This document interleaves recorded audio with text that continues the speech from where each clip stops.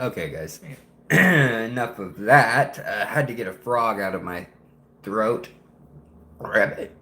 How are we doing? So, tonight, definitely just wanted to pop up and say hello, good morning. And it's great to see you guys back again.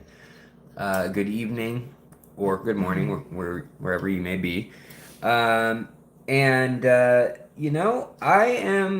doing okay this evening. I drank some coffee, thinking that would help for my energy because, as I've been whining about, my energy's been rather low. But you guys always get me excited to chat. And today, I was looking at the news and I was thinking, man, I feel like I've said it every 2 years or every year or done a video on here's what we can do, you guys, if there's a storm coming or if you live in the area of a storm.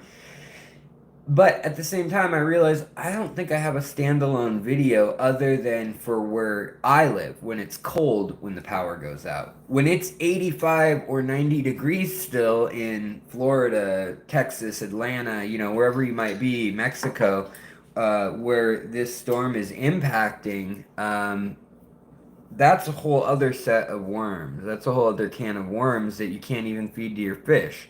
So I figured we'd chat a little bit about that, and then if anybody had any subsequent questions or whatnot, we could hit that too. But while I ramble on and just start talking, Coro, thank you, buddy.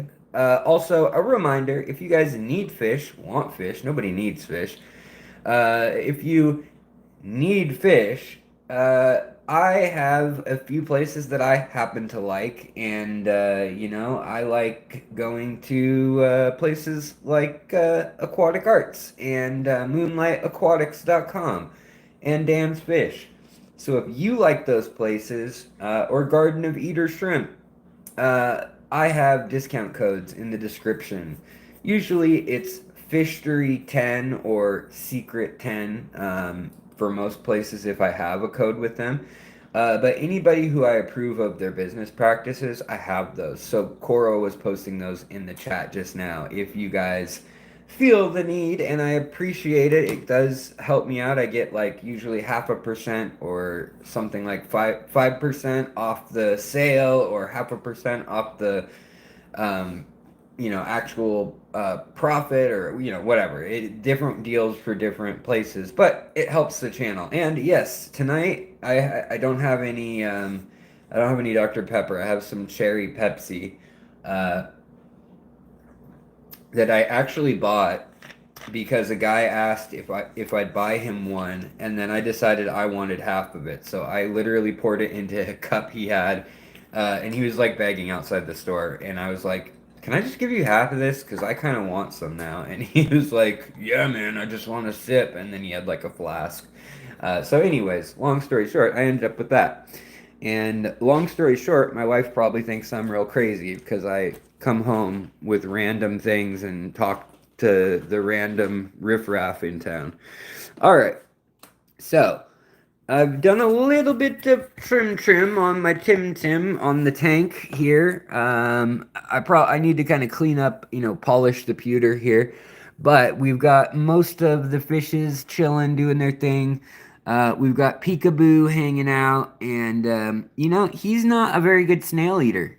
So before we started the show, I just wanted to put him on blast and tell the world that he's not a very good snail eater. I've been trying to break them and literally put them on display for him, but not even that seems to get him the memo that that's what he's supposed to do as a freaking puffer fish. So I don't know. Let's see if I can help him. Sometimes, you think, oh, maybe it's just that their teeth can't get through that big of a snail or whatever. But I don't know. The other fish are more likely to eat it before the puffer eats it, which drives me mad. And by the way, Moonlight Aquatics has these a super good deal on them. They're $12.99, I want to say. Maybe cheaper than that. I might be wrong. They might be actually cheaper, come to think of it. But I was paying $25 for these marbled or zebra autocinclus when I first got them. Same with these Imperial Lapis Tetras. Those were going for $25 in town at most of the fish shops, and all of a sudden, Moonlight Aquatics, Chang, the owner, he got them. He's selling them, I think, for $7.99 a piece, and they're my favorite Tetra now, I think. The females have a blue body color, and the males have kind of an orange and fiery color that runs down their side. Oh, hey, the puffer's eating his snail. Maybe I'll give him a little bit of room. Oh, maybe Bob's coming in. If you guys don't know Bob yet, you don't watch my channel enough. But here's Bob, and he is my giant betta that we're trying to grow giant. He's working on it, okay? He's just a slow grower.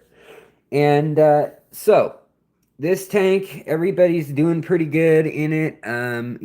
Puffer needs to be more he needs to be more aggressive in his feeding because see the tetras are freaking getting his food. Um Hello Coro, good to see you, man. Mel, good to see you. Kyla, what's up? Jasmine, what is going on? Um Anybody know anybody with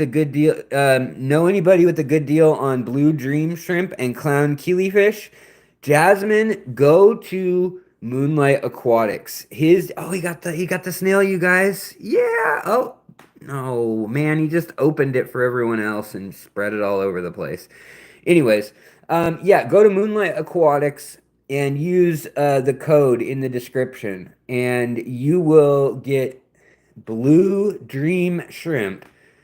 I believe they're $3.99 a piece plus the sale price, and I think when you buy 10 you get one free. So it ends up being something like $2.90 like after tax. Like it's not very little. It's like $2.99. His red cherry shrimp are $2.99.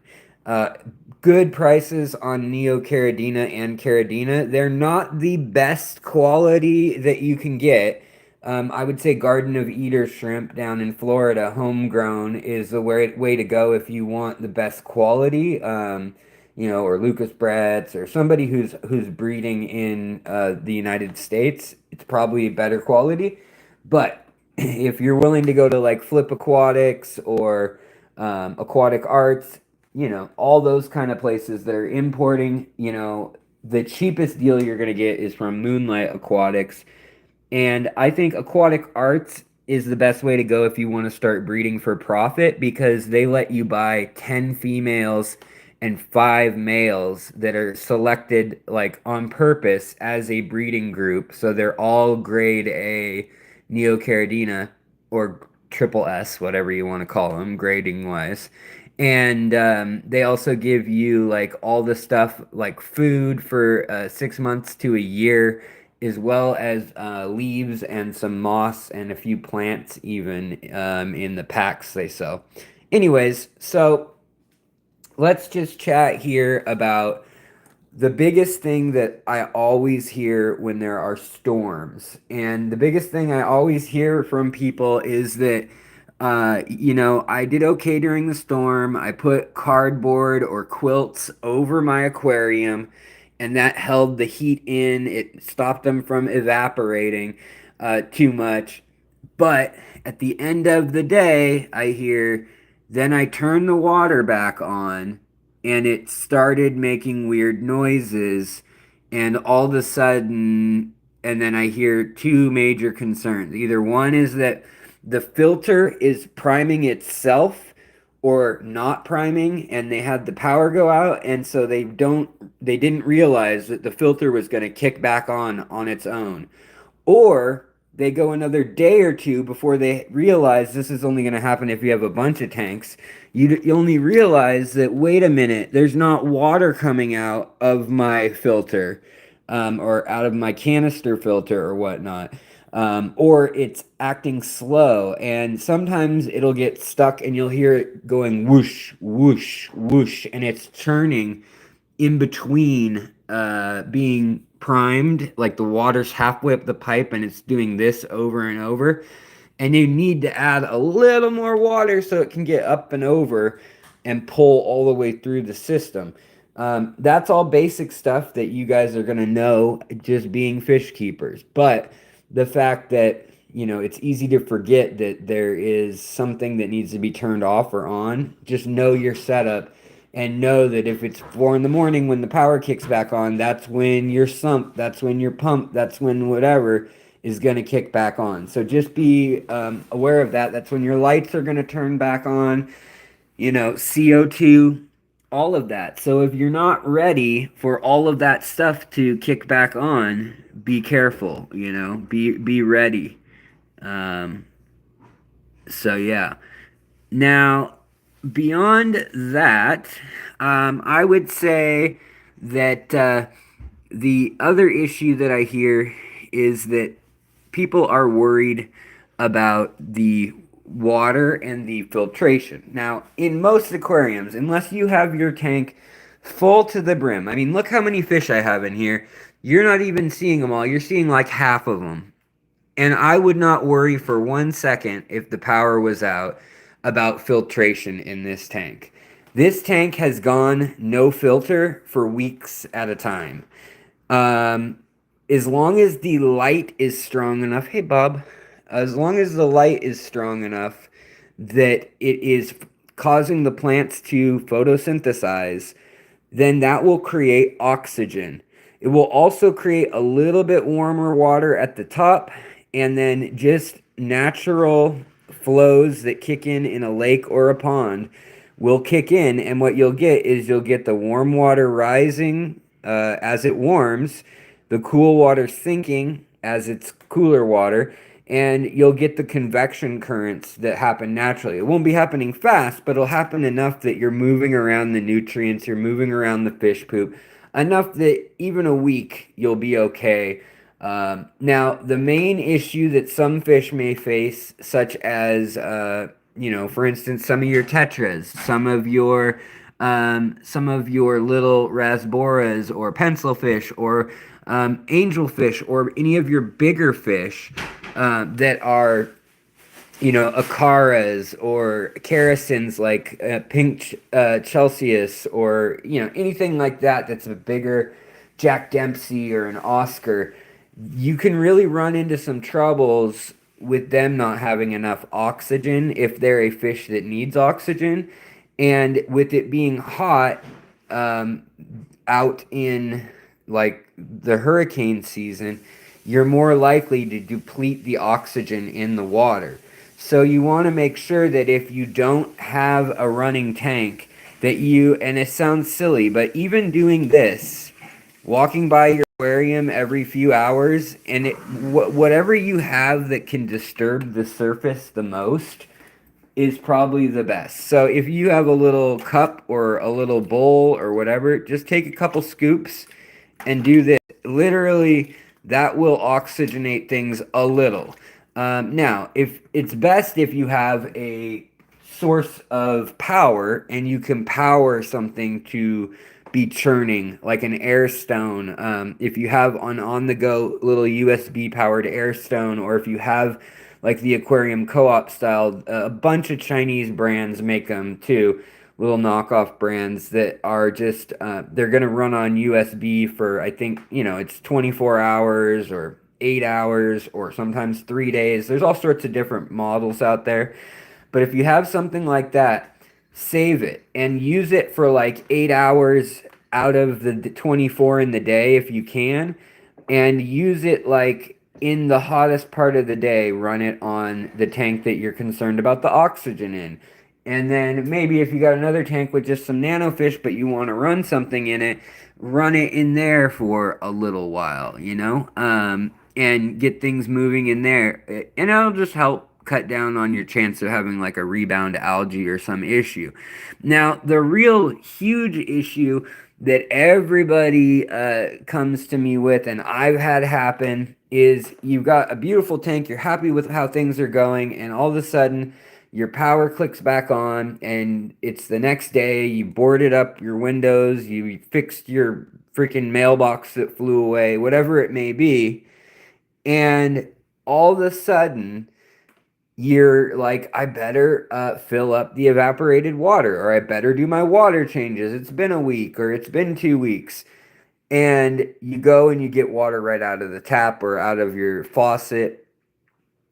Be careful. If I were you, before, if there's been any flooding, um, uh, definitely check in with your local water source if you can, with your municipal water source, and see, are there any broken lines? Is service disrupted in any part of your county or city?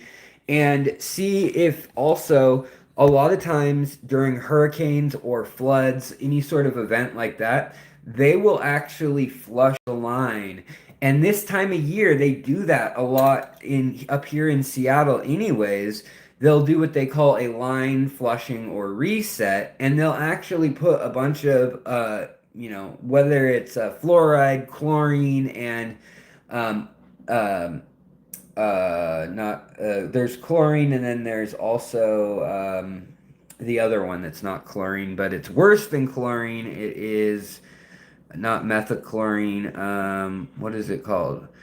You guys, someone's gonna type it in a sec here. But there is the other thing that lasts longer than chlorine that you got to be careful about. Chloramine. Thank you, Stephen P. And it's good to see you, brother. Um, and Tropical Tank TV, what's up? Cloven Beast, what's up? Darbwire, what's up? Everyone's got it. John, good to see you, brother. Yep. All right, chloramine. Everybody's got it now. More like boramine. But yeah, chloramine is the one that's kind of nasty in that it doesn't evaporate off as readily or decay into its constituent atoms as easily. It's a more stable chemical in theory in that sense. But um, check that they didn't add a bunch of that in attempts, because sometimes the sewer line will break or even the reservoir will get flooded and inundated, and all of a sudden you'll end up with a ton of excess water in the system that's not supposed to be there, and it may have gone over a cow field, it may have encountered leaky house drain pipes. You just got to be careful. Now if you live on a well, great, it's probably fine, it's probably going through rocks and stuff, but that's something you should make sure that you're testing or checking before you change out all your tanks, because I've had it happen where I changed water and it wasn't until maybe the third or fourth tank, and you're about 30 minutes in and you realize, oh no, something's off, all the fish are gasping, or something like that. So if you're in the flood zone for this storm where you're going to get a lot of rain, which is like millions of y'all, please be careful. Run your tap for 5 minutes to clear out. Yes, thank you so much, Stephen. Yeah, run your tap. That is a really good idea. And again, putting water back into the aquarium by hand, not a bad idea. People think that it's hopeless, but literally, if you're up in the 80s in your neck of the woods, or worse even, your AC's not working, you need to get, if you can get any power, get a fan to evaporatively cool. At least get it down to like 85. I know some places are going to be up in the 80s or 90s again, and some, depending on how your house is built, when it's built, it can get even hotter than that midday. Well, there are ways you can set things up. Like you could get a bunch of fresh water and literally set up a bucket, and you can either set it on, put a hook in the ceiling and hang it or whatever, but you could literally just be dropping water at this rate through the heat of the day and refill the bucket a few times or whatever, and that would actually cause enough surface agitation that you'd be fine with the oxygen exchange. If you got this many plants, you'll be fine as long as it gets light. So if it's not getting the light, it still doesn't hurt to have more flow. The problem is, if you have a lot of plants, yes, they're going to photosynthesize, but if your power's out and your light's not on, they're not going to do that very well, if at all. And just don't worry about algae. Like that really is the last thing that should be on your mind if there's a hurricane, obviously. Um, Guys, I wanted you to see too, if you missed it. Here is the rainbow snake skin that I originally got, but they only sold males.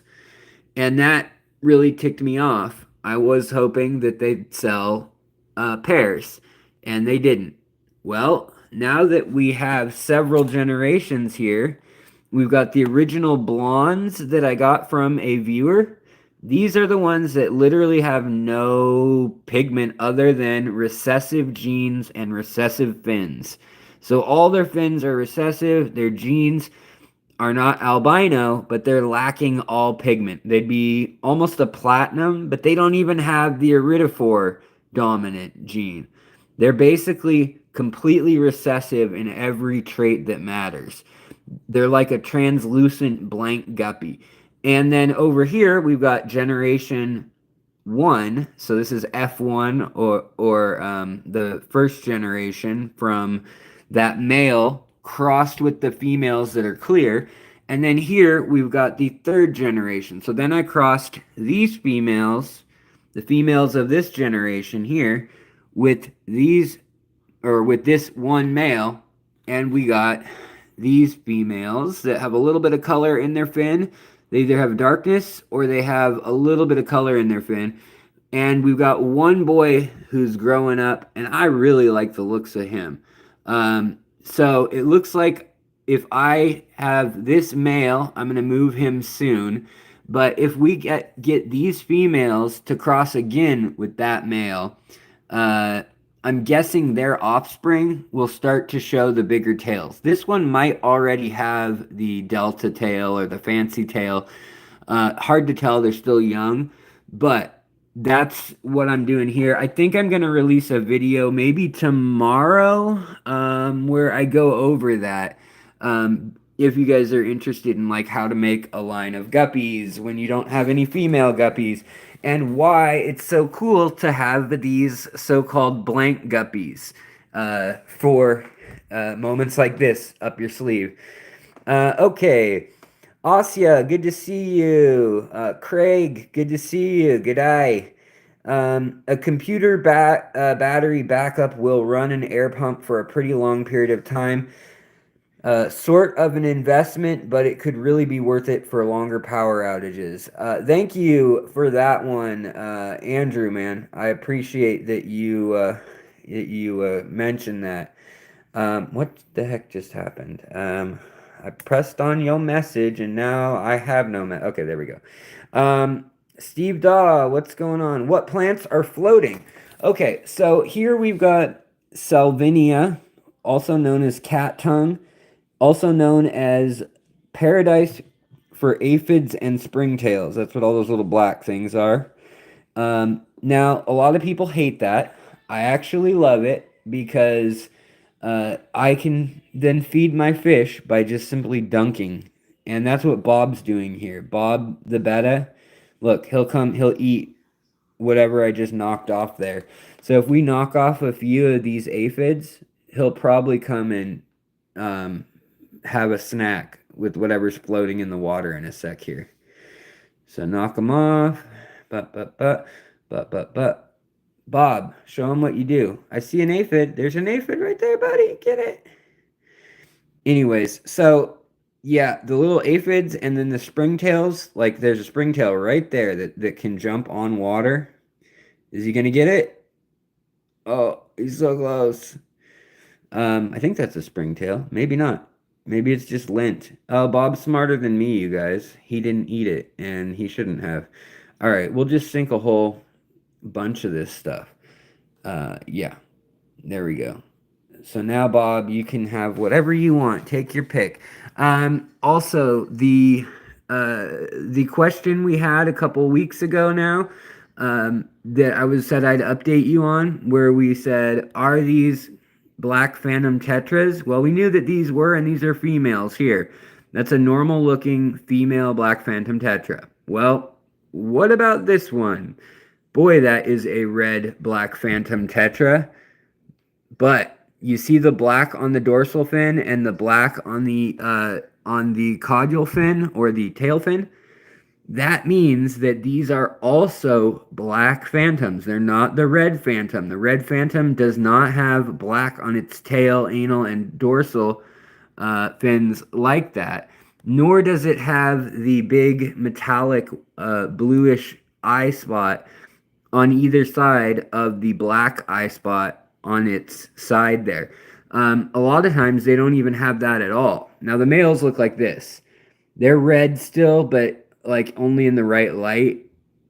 And it turns out my friend Ty Straightman, he is from the UK, friends with George Farmer. He's been all over the world. He's photographed and researched and studied fish in the Amazon several times. And he spent quite a bit of time in the Pantanal. And this is a morph of black Phantom Tetra that only occurs in the Pantanal. And they're cut off from the rest of the rivers, and they're kind of in their own like river system that's been isolated now for quite some time, probably, hundreds of thousands of years, if not a couple million. And or maybe climate change, maybe the high ice ages, and we're talking like the levels of the ocean changed like 60 feet or more, like that big of a difference is what was needed. But it split the population into two distinct groups, and these are the Pantanalensis subspecies. But everyone online in a forum on tetras was arguing like for weeks over it, including taxonomists. And finally, Ty posted the pictures about, okay, this is what they are. And he had video out in the wild, and then, a normal black Phantom Tetra right there. What they would look like and how similar they are with that black and the eye spot on the side there. And like what makes them so similar versus what a red Phantom Tetra would look like. So I scored getting these for $3 a piece, especially on these male adults that are red. They stay pretty red for a male adult right there. Okay, so Bob's at the top. I got a plant, and you guys, I'm done with land plants. I know a lot of aquatic plants, but I'm dum be doo be dum with terrestrial plants. And I got this one. Do you guys know what it is? Because I don't. I bet if Serena's in here, she knows immediately. Probably like, you idiot. But yeah, so it wasn't getting any growth when I put its little pot in the other aquarium, and now I think it might be too waterlogged, but this leaf looks pretty happy. And it's pretty, but I don't remember like what the story was on it at all. I do have that plant. It is happy, and it's doing its thing. Let's see here. Cecil, hello. Robert Bennett, what's going on? All right, let me get down to the bottom. Yeah, and I appreciate, double tap your screen to hit that like button. Yeah, guys, we got 130 of y'all in here, and we can't muster half as many likes. Come on. Am I that bad? Am I that bad? Does nobody love me? Also in here, we still got the Diamond Tetras happy. They've got their green showing off really well. They're not in spawning mode today, which is fine. They can't always be in spawning mode. But you can really see that green showing off. That color, like chartreuse and green and yellow, that is very, very apparent in the wild versions originally of this. And the purple on the fin, or a lavender color, is also readily apparent. They're not supposed to look just like random silver fish. They're supposed to look like a seafoam green to a teal with bronze or silver flecks. And the Diamond Tetra was a name that stuck, but for a while they were being called the Copper Flame Tetra. And so Steve Daw, how are you doing? Can you sell me some plant species? Yes. So guys, I just trimmed literally last night, a bunch of these plants. Now, what I have going right now is basically a lot of hybrids. So if you guys are interested, and Johnny, thank you, buddy. If you guys are interested, oh, the fish Discord is basically done. I just am waiting on basically timing of mods and me and all of us to be there to say go. But basically, it's done. It's ready to go. It's built. I'm excited. I just didn't want to promise anything again because I keep saying that and then I haven't done that. But what we were stuck on is we were trying to decide, do I do a paid section that's where only a little bit of extra stuff is, or do I do the main library of info as paid and then have like chat open to everyone and sharing open to everyone? And I hate charging anybody for any of that stuff. I think education should be free, but I was kind of convinced that basically free, $1 is close to, or $2 is close to free in this day and age. So put your sources behind the paywall and leave the community chats open. And that way you can ask if you're trying to help someone or if they want an opinion on an ID or an illness or a species of plant or how their tank looks, etc. That will be free. Everyone can chat and ask for help and ask for opinions and post interesting articles, all that kind of stuff. But all the sources and all the anything risque that gets banned from YouTube or anything that is touching on political issues that get kicked off YouTube. So when we talk about collecting fish in the Congo or how the local Amerindians are being murdered, and over 30 of them were killed by loggers recently. Another 70 came out of the forest north by about 500 kilometers of Manaus. That's the largest contact they've ever seen going back into the 1940s. And they came out of the forest saying, like, waving with their hands up in the air and their weapons up in the air. So, yeah. Anyways, so yeah, charge $5. Well, we're gonna keep things the way they are with the $1.99, and then I get to keep $1.30 of it or whatever, dollar of it after taxes.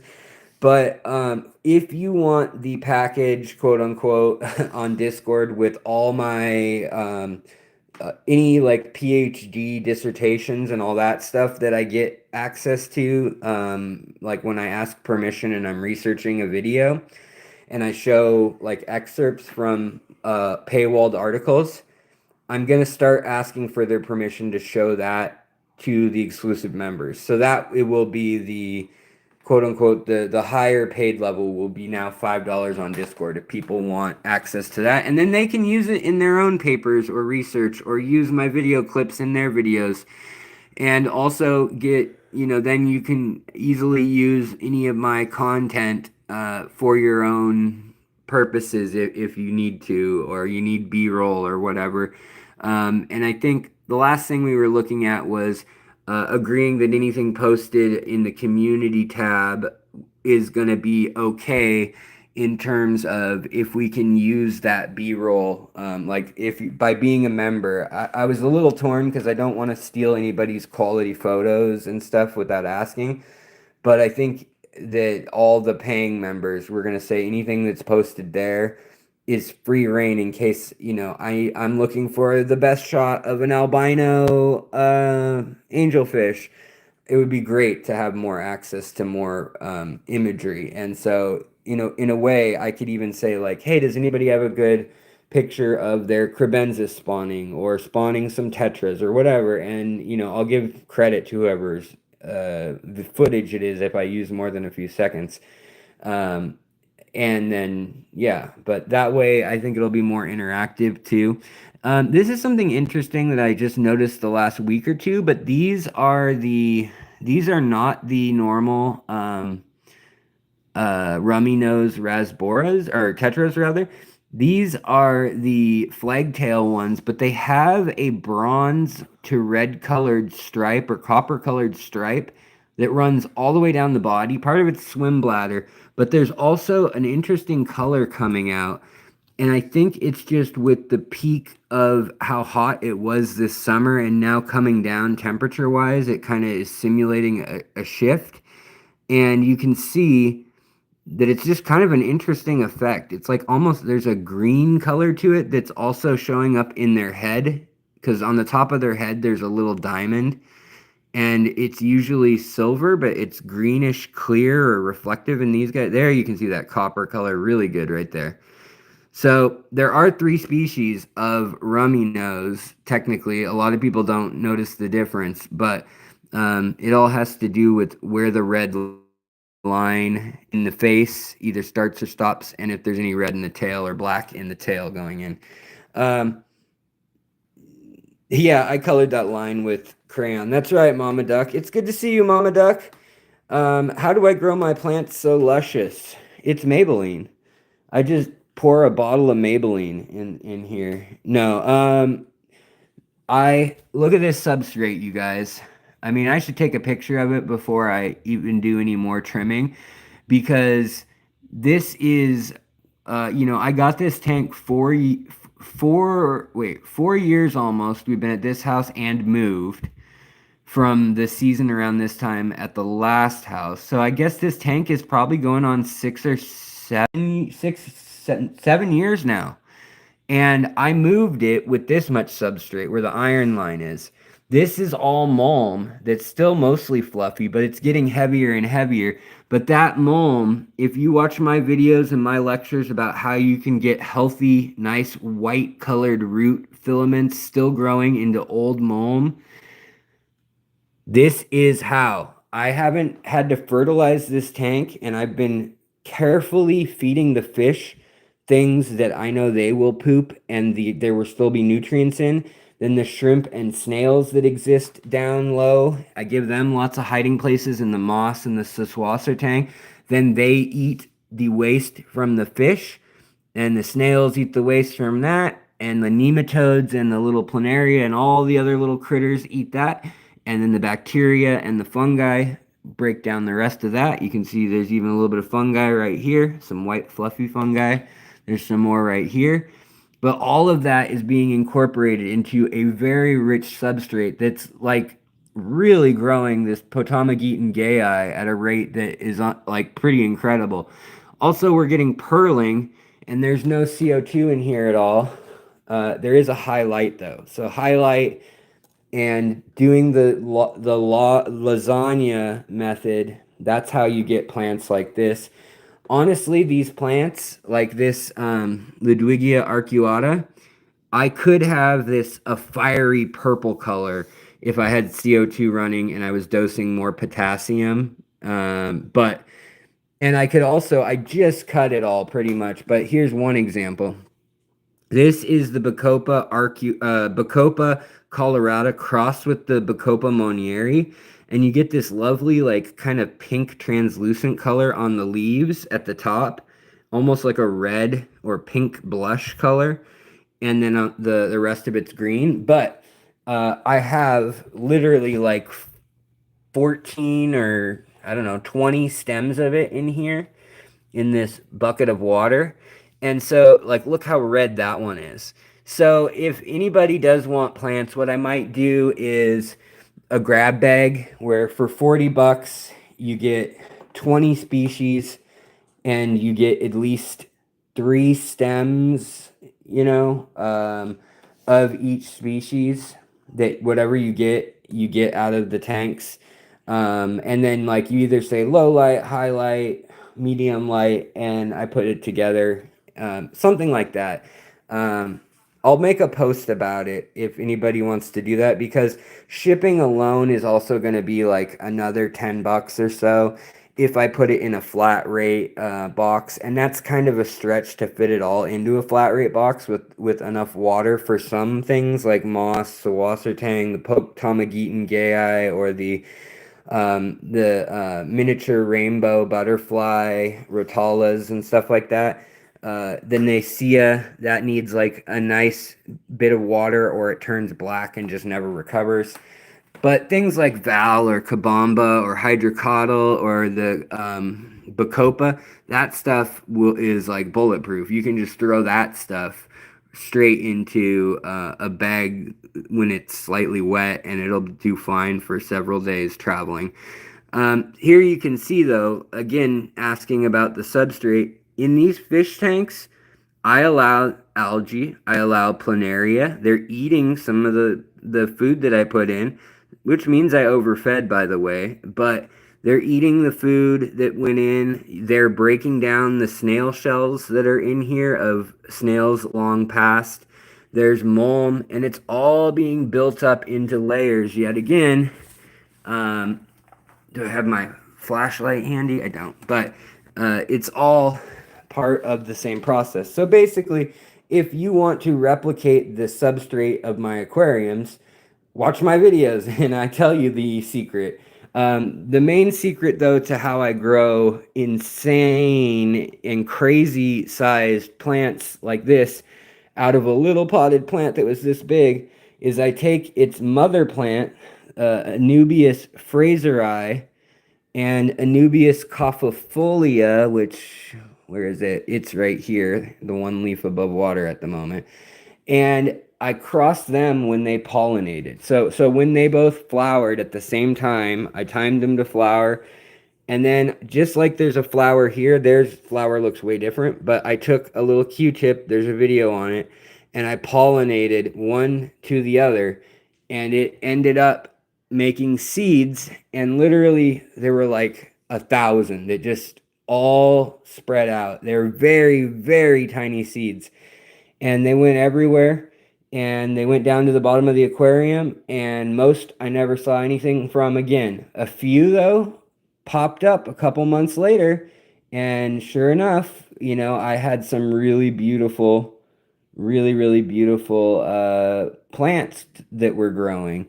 And you can see here that I've got like booths that was in the tank that's been kind of covered up because the other stuff overgrew on it, and it could use a little love. I could trim it a little bit. Right now it's just been kind of floating because this is the area that gets the most flow right through here. And booths, moss, they like flow, they like being trimmed. Don't be afraid to trim your plants. Okay, so hey, Johnny, thank you so much, buddy. I appreciate it. And we still don't have that many thumbs up. I guess I'm just a scary human being who's a mean jerk who nobody loves. Thank you. I'm a beginner, but what do you recommend for plants and fish and all that stuff? Well, that is a huge question, and I would say if you want nanofish, go watch my video on my top 25 nanofish. Or if you like shrimp, watch my video on the easiest shrimp to keep, or the my favorite shrimp, or which fish pair best with shrimp, or how to get betta and shrimp to live along. I have 1,800 videos. So if you have hard water, why don't you just do @fishery and you search whatever's on your mind, and I bet you there's a video about it. My leg, Garami, thank you for asking. I think it's doing okay. I think it's doing okay. Let me show you guys real quick. And this is like, if you guys are kind of new to the channel and you're like, why is this guy always whining about his health this month? Or the last few months. So I got a cut on my foot and it got infected and it went into my blood. And you can see here, that's how bad the swelling and edema is. And they've checked my heart, they've checked my kidneys, they've checked all sorts of stuff. And I've got these compression socks that I'm wearing. And they think it's my lymphatic system or my endocrine system. But the cut from the actual surgery that put me in the hospital for 2 weeks, this cut right here, it's healing up great. Although we don't like this edema. I need to put my legs up literally half the day to get it to go away. Otherwise it comes back like this and it'll go into my foot and then I can't get into my shoes.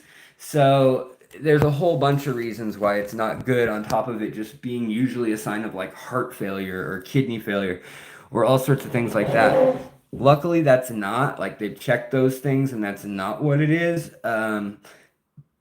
But yeah, it's something that I'm still not happy about, obviously, and that it causes me discomfort. And I've just been tired in general lately, just so worn out. So I'll be happy when and if they figure something out. I've got an appointment on the 7th, so hopefully then I'll know more.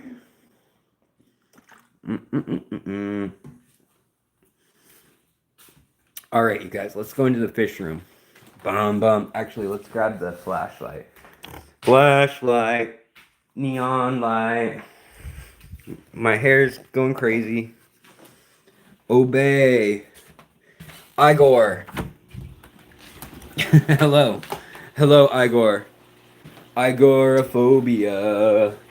Agoraphobia. Alright. So in here, it's hot. It's getting hot in here. It's getting hot in here. So here's another tank with its crazy substrate. You can see the lava rocks. Look at how inundated with bacteria they are. Isn't that beautiful? They got cyanobacteria. They've got fungi. They've got plant roots growing in them. You gotta love seeing that. That's exactly what I wanted with the lasagna substrate. Now this tank's been set up for 3 years now. We've been here 3 years over it. And you can see there is cyanobacteria. That's not usually a good thing when it's in your aquarium, right? Up in the water.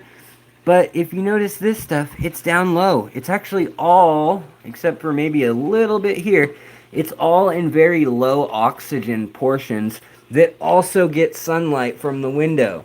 So I'm not worried about it at all because it gets a little bit from the lights around the corner here, but then look at this. Completely gone up by the top level of the aquarium. So look at this mulm. Look at all that mulm because the filter's flowing right there. This tank has a filter. This tank has lots of snails. Snails are your best producer of that mulm layer. They are one of the most efficient little organisms for eating poo-poo. It eats the poo-poo. And yes. Now you can see in here, you guys recall, I didn't put any snails in this tank of shrimp. I put these shrimp in here and thought, oh, okay, I need a place to be reconstituting. I just add water to be reconstituting some of my lines of my Malawa Sulawesi shrimp, and yeah, this has worked okay. Like there's a blue one in the corner. I don't know if you guys, you can't really see it that well right now. They're a little hard to see with this light. Maybe I can shine it down on them and you'll see it better. But the more important thing for this tank is the fact that this is for bettas. So this is for baby bettas. And here you can see the shrimp. There you go. Those are some shrimp. We got some scrimpies in here. We got some blue ones there. We got a kind of red cold one there. But we've got all these baby wild gouramis, these Maha chiensis gouramis, and they're, or not gouramis, bettas, sorry guys, and they're eating the little tiny shrimp, even though I want that one to live. It's blue.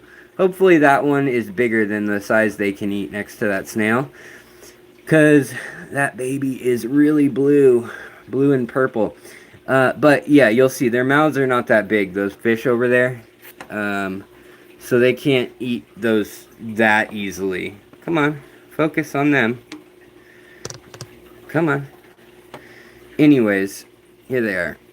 So those are the shrimp and the fish. Those are the baby bettas. And those were born, and we got to look, another pregnant shrimp. No filter, not even a light. Alex, what are you doing?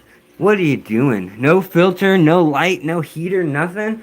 Well, if you live in Florida, you can be pulling that off. I'm gonna break you the news. I'm gonna break you the news. You can be doing that too. Also, over here... Alright. So, I cleaned this tank for the first time in forever. This one, if you guys recall, has not had a filter running for quite a long time. Now, I have done my best to every few days make sure that the filter still has water in it, which is not the same as running an aerated filter, but it is better than nothing to at least keep life on the substrate to some degree, in case I want to use this substrate to restart a filter. But in here, we got some big old Corridoras. They're like 3 inches long. We've also got a rare sighting occurrence in here recently of my 5 red hump-headed earth eaters, and also my peacock eel. My dwarf red-tailed peacock eel is also in here, and then two of the Siamese algae eaters are also in there. So, and my giant angelfish, Betty White, who can't get along with anybody. She murders all her men. She murders her women too. Betty White is just not a nice angel. She's a mean angel. Look how big she is, though. I mean, she's gotten huge. If she had like taller fins, she'd be, you know, a full-on like behemoth. But yeah, so here we've got, you can see my red-headed stepchildren. No, my red-headed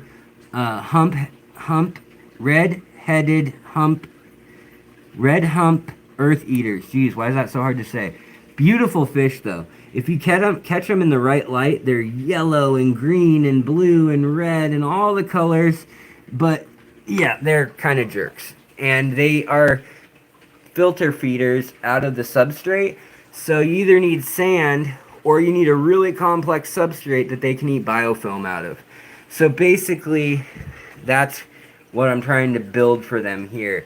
Since this tank's really old, and it was, as they say, a tank that had gone bad. It was a tank that had old tank syndrome. Well, I added some new plants to it, and then I put a ton of water plants on it, and then I took the filter and turned it off, turned it into kind of a marsh or swamp immersed growth tank, and that took care of the roots because I used a plant that's in the clover family. The what is it called? I'm forgetting now. But it is a nitrifying plant, anyways, and so it will keep it. It will keep the substrate happy. So it replenished that over the last year while I had it all dark and dreary. Mama Duck, what's up? And Dino Sauce, hello. How long's the stream going tonight? I don't know. It's been going like an hour, and basically it's going as long as I feel like it. I just lately when I make episodes to post, they just sit in my edit bin and I never edit them because I don't want to do the tedious task of like editing, which is so dumb. It's so easy. I mean, it takes time, but it is an easy task. But I just don't want to do all the editing, and that's what's been holding me up, I guess. Or I'd second guess, and I think that's not interesting. I don't want to do that. But anyways, so here we have a female, nice little female. We've got a female beta, and we've got a male beta. And the male beta go flitty, flitty, flitty, and the female go flitty, flitty, flitty, and neither one can agree on when they're going to have babies. We also have the glass belly guppies. Now these are similar to the blank guppies that I showed you guys at the beginning of the stream, but a little different. It's the same, but it's a different. They have iridophoric dominance as well as a clear dominance, which is different than not having pigment, because you notice the ones without any pigment still have kind of clearish silvery color. These ones have a yellowy hue, so it's some sort of leucistic trait, some sort of Lou Reed trait. Anyways, And over here, we're just chilling with the loaches and the little, man, they're so shy about light. This tank needs to be so dim. This guy probably has worms, by the way, guys. See that, how he's like wasting? He shouldn't look like that. He should be a fat, sassy loach, like all my other loaches in here that are hiding. Like literally, let's see if we can get some of them out. That is the hovering loach. And we love the hovering loach because it was the first loach that I ever spawned in captivity. And I had it down in that 40 breeder. And I just literally had planaria and scuds and snails galore. And basically no large fish. All just little tiny fish, like rasboras and stuff. And the loaches started spawning when it got about yay deep. When it got about 6 inches deep, I started counting them, and I thought, wait a minute, I bought like 7 of these. Why are there 15 now? Actually, it happens more gradually than that, but you get the picture. They kind of just started multiplying on me. And next thing you know, ta-da! So, what else was I going to tell you guys? Oh, so we've got these lovely critters, wherever they're hiding. Where are you lovely critters hiding?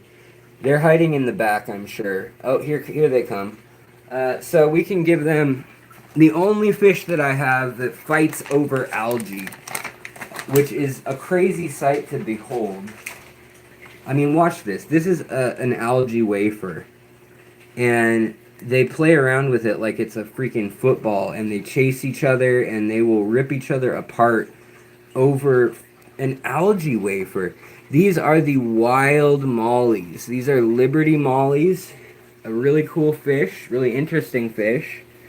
And hold on, I'm going to put some of this in a shrimp tank up here. But, yeah. Come on. Come get your fill. Come get your fill, fishies. And then this is the crab tank. My neighbor got me a stupid panther crab. He's under that thing. He's just annoying. He makes a mess.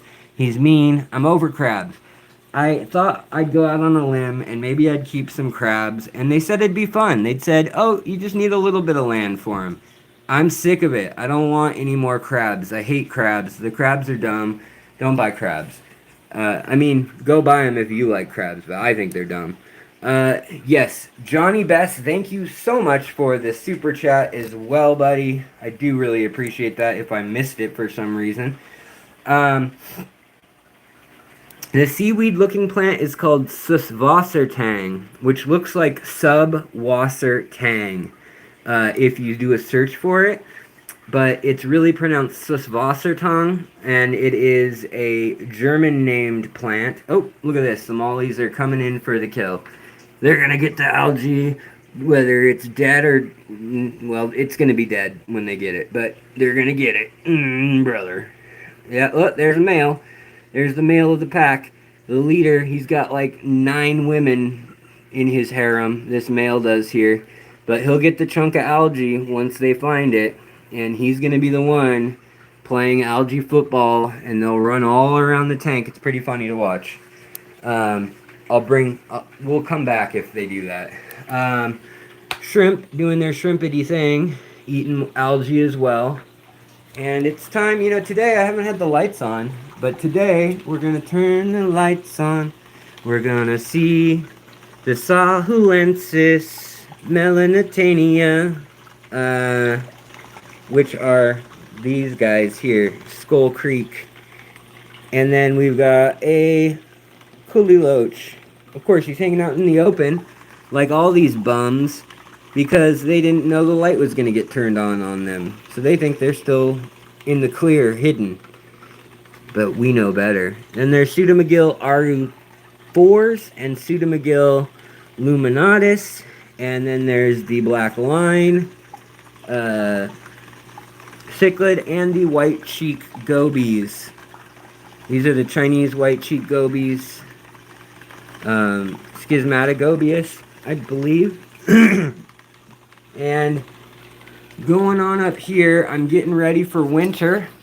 And you can see here the Scud tank and shrimp tank here. It's growing so much paramecium.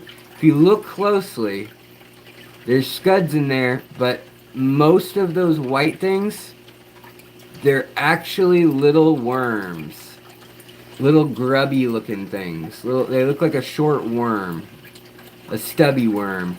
And here you can see there's a few of them on the glass, the worms, but there's more of just the actual Scuds hanging out. And then maybe a planaria. Are there any planaria in here right now? I mean, I'm sure there's planaria in here. These are my living food cultures. This one has the biggest Scuds in it, and they're up high in the water because right now it's all kicking off this bloom of... basically what happened is I threw new leaves in there, and they loved the maple leaf. They ate it all. There must have been sugars in the leaf still, and they ate all of that. Here I put my trimmings from the tank out in the community room, put them in here, and let's see if we can get them to come down. Yeah, there's Scuds by the Scudzillion in here too. And in here, I've been working on what I'll post a video on, but here, there's a red one right there. Most of them are green or clear. There's another red one. But in this tank, I'm taking the red ones and I'm moving them, and I've been selectively breeding them. First here, in this carnage, it looks like carnage, but really what that is it's shrimp sheds. You can tell they're sheds because they leave through their shoulder. So if there's a split at the shoulder and the rest of the body's intact, you know it's okay. If they just look destroyed, like this one, it might not be okay. It might be that planaria or hydra or something stressed them. But we missed them all. They're all just hanging out right here. It's just the light's really crap, quality-wise. But these are the Mollies Siloaces. These are the wild kind. And kind of my coal tank / backup tank. But there's, I don't know, maybe 100 in here still. And I've been trying to reintroduce them, like I said. They're in that tank again. They're up here in this tank. And I've reintroduced them in that tank with the Guppies. And I'm trying to get them in here with all this algae. I'm going to try to just keep this algae going and see how they do. What are you doing, buddy? So, guys, how are we doing? How are we feeling? How's life? Oh, here they all come. I don't know why all 5 of the cichlids decided to run forward. What, you guys get a memo that I was, like, handing out chicken nuggets or something? Let's see, over here, what do we got going in here? Oh, look at this. This is, a lot of people would not want this. They'd be very scared of this. I am still nervous about it, in that it does seem to lead to cyanobacteria sometimes. But what happened, and I'm doing this as a experiment, is a Beckford pencilfish died 2 days ago. And it fell down here, and this fungus has started growing all along the bottom. And you can tell it's a fungus because of that networking. And I want to know what's going to happen. Now, I've been monitoring in the morning and at night because I don't want to lose these goodyids. But I also don't want to lose this fungi, and I want to see what's going to happen. Like, will it go away on its own? And the one thing I've learned about the decaying fungi that grows on the bottom of tanks like this is that it hates flow and oxygen. It needs stagnation. Without stagnation, it won't occur. With stagnation, what will happen is you'll get black beard algae or hair, bristle, and tuft type algae. But you won't get bacteria or any sort of fungi like that. Now here we've got my Beta Maha chiensis colony. This is the parents of those babies. And then we've got my Beta compuncta malak. He's a big boy. Probably 4 inches long. It's probably the size of my index finger. Turn. And then we've also got the high sword, or the Mollies rather, the Affinis. Versus these full-grown wild bettas, the Mahatriensis, they're like my size, not even to my knuckle and my pinky, or this knuckle. So, in any case, that's what's going on in here. Do you guys think I should make a video on... Okay, let's see if I can ask a question and like get a vote on this. After we'll take one last look at my splendid male here. Look at him go. Look at that handsome boy. He's getting the hump on his head. His hump, his hump, his lovely manly hump. Look at that boy. Geophagus Shodentai. So, the scootin' fruit puffer has the same name. See how they just eat everything off the floor and then they spit it out through their gills in their mouth, depending on the size? They just kind of filter feed and then bounce.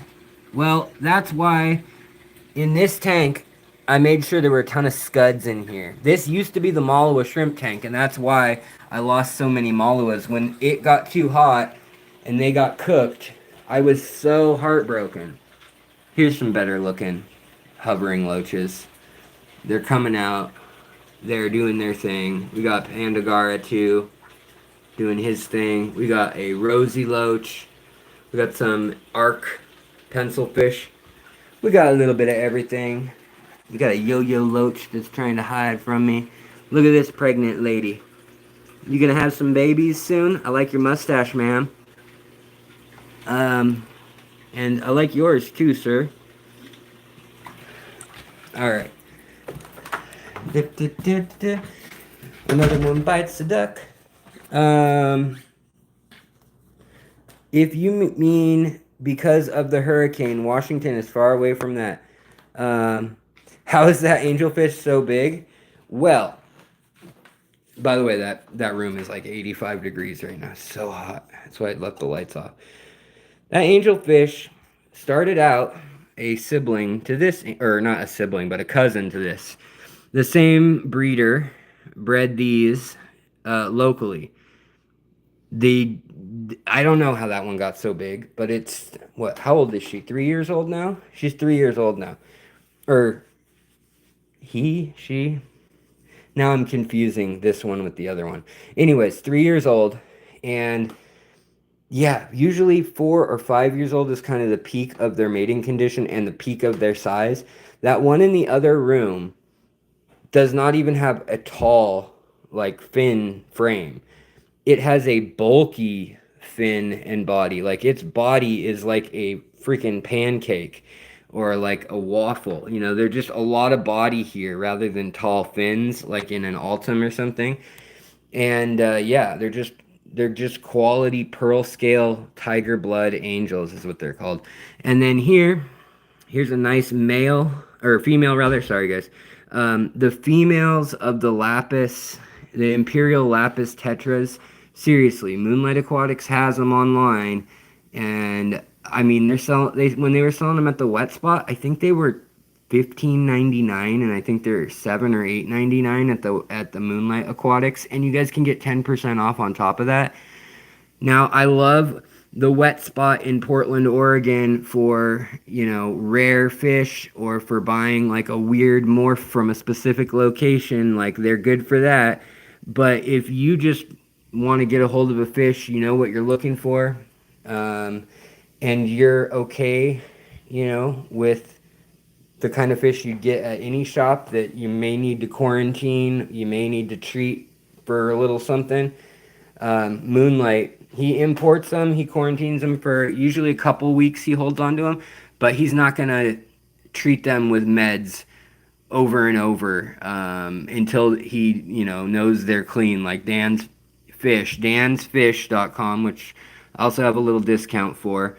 You know, he charges a whole lot of money for fish.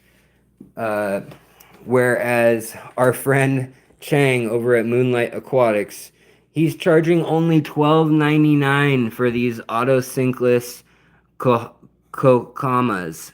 And I paid $26 with taxes. for these dumb things. Oh, he got stuck and he got free. They're not dumb. I love them. I have 9 of them. They do need a lot of biofilm and loam to eat or algae, but they live right beside your normal autosynclus, and your autosynclus will stay together. So your normal, typical autosynclus there, they'll stay together. It's like they know their species for sure. Some fish don't, but those guys absolutely awesome. And I was also looking for the little catfish in here, the pygmy autosynclus, but I don't see him well, there's several of them, but I don't see him at the moment.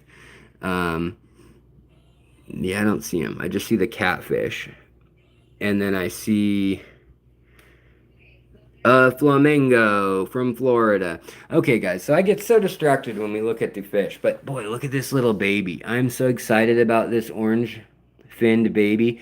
Those are from the same daddy. Is this one a male too? Oh, surprise! It's a female. Ooh. See it? Triangular, no gonopodium on her. So that's kind of weird, kind of cool. These females also, they're going to have tail markings, which I'm super stoked about because when I started this cross project, I didn't know if they were going to have, like these females are totally clear. And I thought that maybe, I didn't know if they'd look like this or if they'd look totally clear or what. But I'm so glad that they actually have a little bit of something to delineate the difference between them so that if you're breeding guppies in another tank or whatever, it's like obviously painfully clear that those females are from one of the lines where the females actually have color and have a tail pattern. Oh, come on, mosquito. There's a mosquito in here that I'm not going to admit to how it got here, but I'm sure it's not because of me or these aquariums. Okay. All right, guys. I'm not filming my wife out of her sensitivity to hurricanes. She has lived in Florida many years and been through hurricanes. Also, she's been in the Midwest and been through tornadoes and all sorts of windy stuff. So, you know, her family's still down there. So we are thinking of everybody down in the hurricane zone. Her mom's in Central Florida, and you know, all my good friends down there like Grant and Shelby, who congratulations to them. They just had a brand new kiddo, brand new baby. Yeah, doing really, really good, it sounds like. What are those disc plants popping out of the water? Those are hydrocotyle verticillata, or vertical. It looks like the word vertical and then lata. But hydrocotyle or moneywort, pennywort, verticillata. And underwater, they're even cooler. I just let mine get out of hand and they've grown up and out of the water. So I was going to try to ask you guys a poll on here if I can figure out how to do that. And guys, if you're here, if you're hanging out and you haven't yet, just double tap the screen if you're on a mobile device to like if you like me. They really like me. If you don't, well, don't. I mean, leave. Get out of here.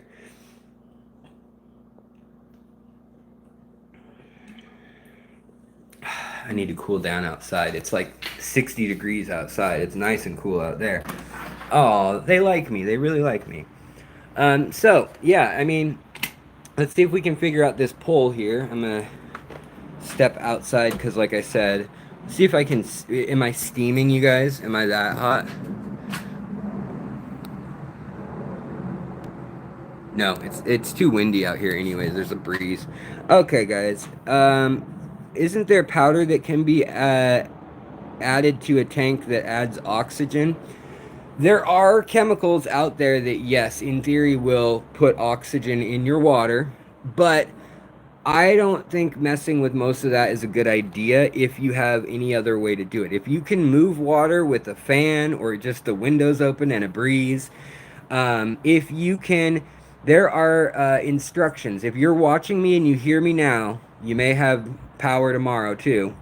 And there are instructions of an old Greek and Roman style fan for cooling people that is ran off of the weight of a bucket of water. So the bucket of water and a rope is tied up, and it actually slowly uncoils. So there's some interesting things if you look up like Heron's Fountain or some of the like the Archimedes screw. You could put some things together. I should do a video on that someday. I even have a video on how you can test your aquarium water's pH as well as other things using household items. So things like I mean there's always the you use humic or nitric or some sort of acid, ferric. There's all sorts of different acids, but you can make a little test where you test on a piece of rock, and if it bubbles, it's a certain pH. It's an alkaline stone. Well, even better than that, you can take red cabbage or the outer layers of a red onion or a blueberries. I have a whole video on how you can use anthocyanins, a naturally occurring blue and red pigment maker.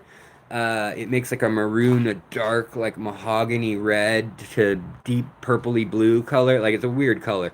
But it can make blue if it is alkaline. Wait, no, if it's alkaline, I think. And it makes red if it's acidic, and it's purple if it's neutral, I think. Anyways, watch the video if you're curious about, like, I don't have test strips and the storm's coming.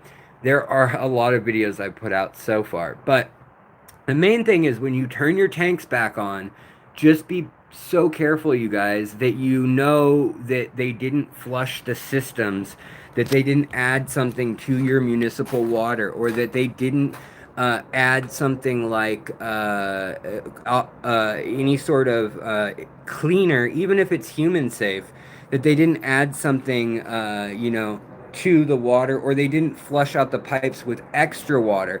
Around here, that happens where, like, pipes that normally are only used for storms, well, ta-da, when there's a storm, they get used. And all the hard water scale and all the stuff on the sides of the pipes, the rat poo and the cobwebs and the bats and the mold and the fungus, all of that stuff gets sent down the pipe at force, and it all mixes in, and then they're supposed to treat it before it gets to you. But if there's a flood, if there's been a hurricane or a monsoon or rain for days, there's a chance that there is a leak, or that they've had to let flood water run through the pipes and mix with other water. Sometimes emergencies, they can't control that. So just test your water before you add it back to your aquarium. Even if you don't have a way to test for chemicals, simply just check the pH and the TDS, and hopefully you know what that should be normally for your area. You won't know what that TDS is, but you won't know why the pH is that necessarily, but hopefully you'll know, okay, that's within the normal range. I can put water in my tanks again. Also, if you live somewhere where things are going to click back on because they're on timers, or because you have your lights on, but the timer went off and the lights went out in the middle of the day, it's all going to click back on depending on your setup. A lot of them turn back on. So don't let anything overflow. Don't let any heaters overheat. Most of that is not an issue anymore. Most of those things are prevented by fail-safes in the devices. But yeah, why would you stand outside in a... Oh, I'm not actually, I'm not anywhere near the storm. I am in Washington, in Seattle. I am 2,600 miles away from the storm. I am 4,800 kilometers northwest of the storm. But I go down there. Oh, you're joking. Yeah. But I go down there a lot. Like I said, I really miss the people down there, and I need to go down there. Spinster Sister, sorry you're late. Well, no problem. Sankey, okay, you look younger than you sound. Well, I don't know what to say about that. When I cut my hair, a lot of times they say I look older, or if I lose weight, I look older. If I lose too much, then I look younger. I mean, it's always a crapshoot, I feel like. Like, Do I look younger? Part of it too is that my teeth are all messed up. I done got all the top ones knockered out, and I'm going to get those done. Hopefully, the start of that, because the insets are in place, but it's $15,000, and it was that much for the bottom too. So if you want full implants on top and bottom, it's expensive, you guys. Go to a different country. But yeah. Mick M, what's up, man? Most of the time when you have a having a crisis is to stop feeding your fish for a week, change a small amount of water every day if possible. That will also help. Totally, Mick. That's great advice. I appreciate it. Yeah. There should be quite a few fish rescue videos from Florida soon. You're right, Dave. You know, I think that, hey, we made it to 100 likes. And you know what I was going to celebrate tomorrow, so I'll save it for tomorrow, is the fact that we hit 75,000 subscribers after 7.5 years of me doing this. at least 30 hours a week I spend on this. Most weeks it's more like 60. I haven't been lately, but you know, most of the last few years I've spent that much time, like 50 or 60 hours in the fish world. Now that's not directly YouTube, but I'm doing something fish related all that time. And we finally hit 75K, and you guys are the reason why. It's all your fault because you guys watch to see what almost kills me next. I mean, you guys watch to learn about history and to learn about fish. But yeah, hopefully things are looking up and getting better. You know, hopefully my legs, we'll sort that out. We'll sort the teeth out. I have big plans for the next year because I need to go back to down and visit Ivan Mikolji in the Orinoco. We've got that nonprofit. We'll be reintroducing the Diamond Tetras in the next year. Like 2025 is going to be a big, crazy year for the channel, for the nonprofit, and for my own life. And so I'm so excited for it. I just got to stay in good enough shape that I can keep streaming and making videos in the meantime. But I was trying to do a poll. Can I do that? No. Will it let me? No. Stupid. No, I don't want that. Do I want that? Oh, yes, yes, yes, that's what I want. Okay, so here we go. Which one? Oh, wait. Yes for Guppy line genetics and no for the Scud red, or for red Scud creation.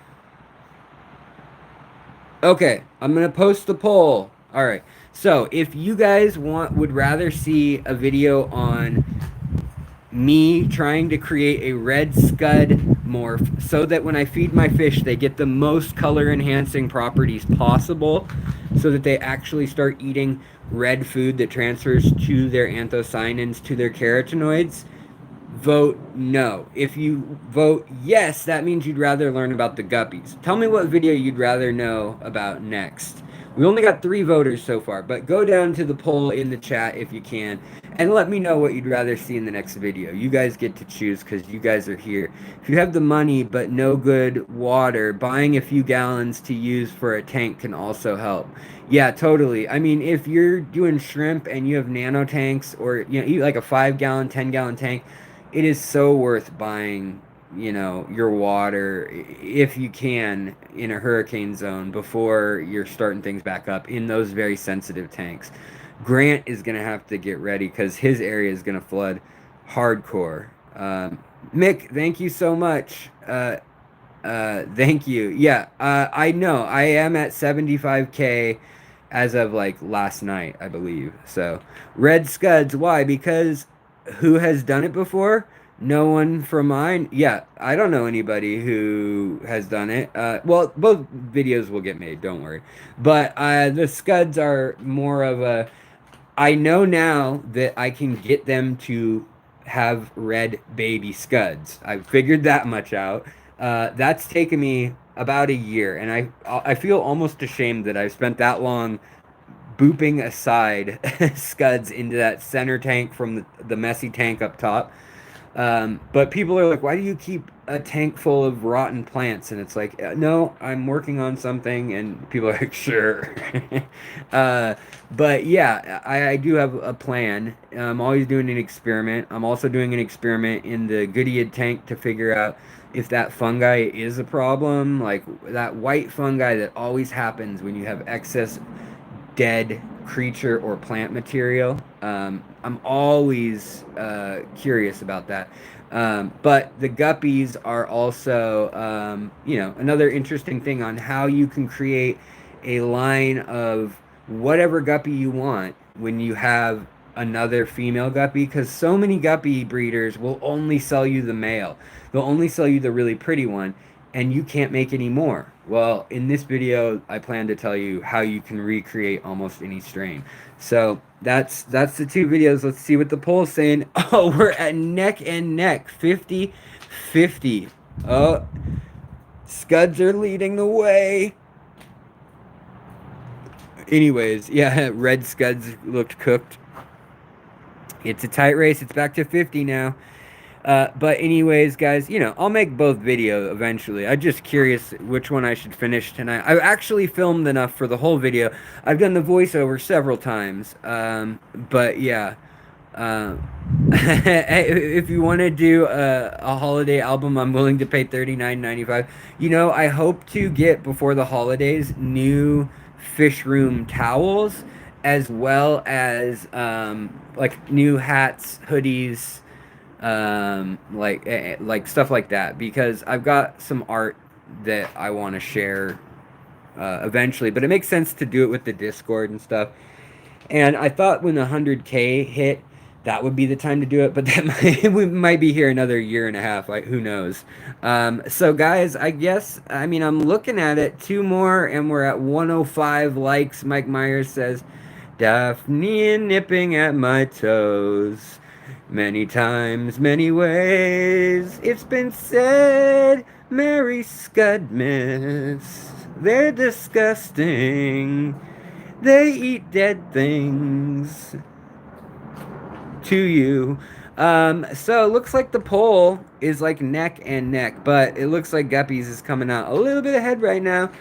So a little bit louder now, a little bit louder now. So I will make the Guppy video hopefully either tonight or by tomorrow afternoon. We'll also, unless I'm sick for some reason, we'll do another live stream probably at 4 or 4:30 Pacific time, 7 or 7:30 East Coast time tomorrow, just to hang out and to talk. I mean, I do want to, if I can, I'd like to give away a couple things. So I just have to double check with the sponsor that said that was going to be okay, and make sure that is okay. And so we'll do that if that's the case. Now, if you want to get a hold of me for the plant pack, the easiest way is to message me an email and just say I'm interested in the plants at alexanderjwilliamson@gmail.com. That's the easiest way for me to find it right now.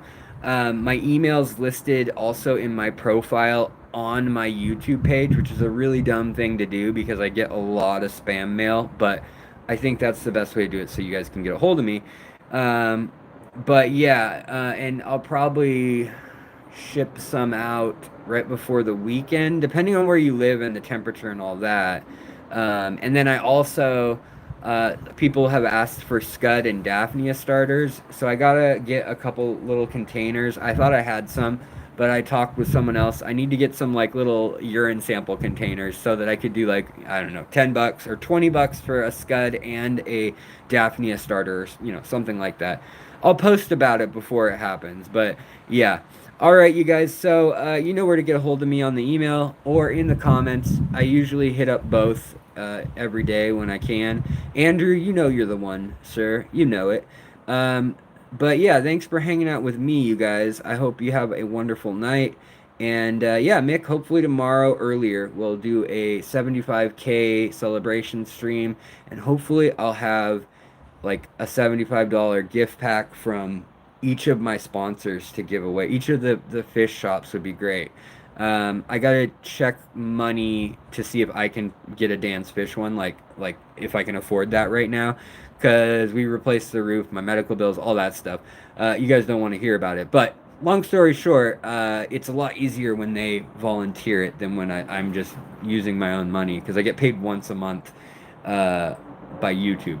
All right, you guys, thank you so much. Thank you for the 110 likes, for the super chat, for hanging out. You guys, you the best. You the rock. You guys are so great for understanding when things are delayed or don't happen because I fell asleep or whatever. But please stay safe. I'm thinking about all y'all in the path of the storm. And I hope your fish do okay. I think most of y'all are gonna do okay, because it's a lot easier when it's warm out, when it's 80 degrees, than when it's negative 20 and the power goes out from a nor'easter. That's hard to take care of, but hopefully everybody gets through this all right. And so good to see you guys, my friends, and I mean that, my friends. I will see you guys tomorrow as long as I am not sick. All right, have a good one. Take care. Bye bye.